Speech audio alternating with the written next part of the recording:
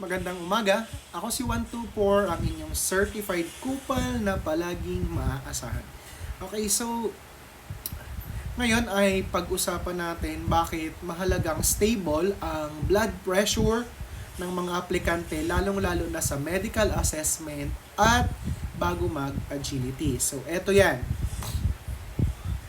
For most armed forces, a normal blood pressure reading required for applicant is below 140/90, while 120/80 is generally considered ideal.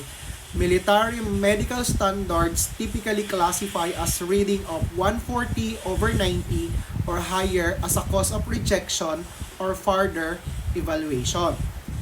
So, the blood pressure should not exceed 140/90. The readings at or above this level are generally considered hypertensive and disqualifying. If in an initial reading is due to nervousness or white coat syndrome, so maraming aplikante yung nakakaranas nito. Pag nakakakita ng mga nurses or medical doctors na may stethoscope at nakaputi, ay kinakabahan. Ang tawag doon ay white coat syndrome.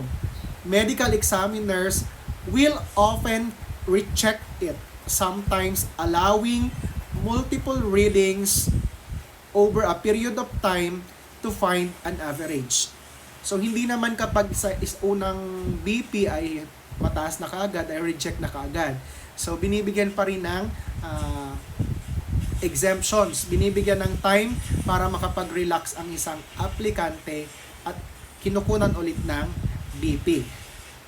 It is recommended to maintain a healthy lifestyle, including proper diet and exercise, to ensure blood pressure is within normal ranges before the medical examination. So, importante, huwag magpuyat, at syempre, panatilihing malusog ang katawan. Hindi ko alam kung bakit may mga ganong aplikante. Even ako, nung time ko na nag-a-apply ako, palaging mataas ang BP ko, pero hindi naman ako hypertensive or wala akong high blood. And even sa mga agilities ko, bago mag-agility, palaging mataas ang BP ko. Pero, yun pala, meron lang akong white coat syndromes. Ang ginagawa dyan, pinapa-relax kami, nire-read ulit yung BP, binibigyan ng chances para mag-recover galing dun sa kaba or sa nervousness na naramdaman once na nakakita ng mga nakaputi o mga nurses na may dalang stethoscope. Kaya kung ikaw ay merong white coat syndromes, pag-aralan mo kung paano mag-relax bago magpakuha ng BP, dahil kapag ikaw ay lumampas sa time allowance or sa mga ilang beses na inulit-ulit na reading ng yung BP at mataas pa rin, may possibility na ikaw ay ma-reject sa application. Kuha mo. Pagpangkupal. Bro! Kupal Tots! Masakit pero may saysay. Tinutulungan ko kahit minsan mahirap tanggap.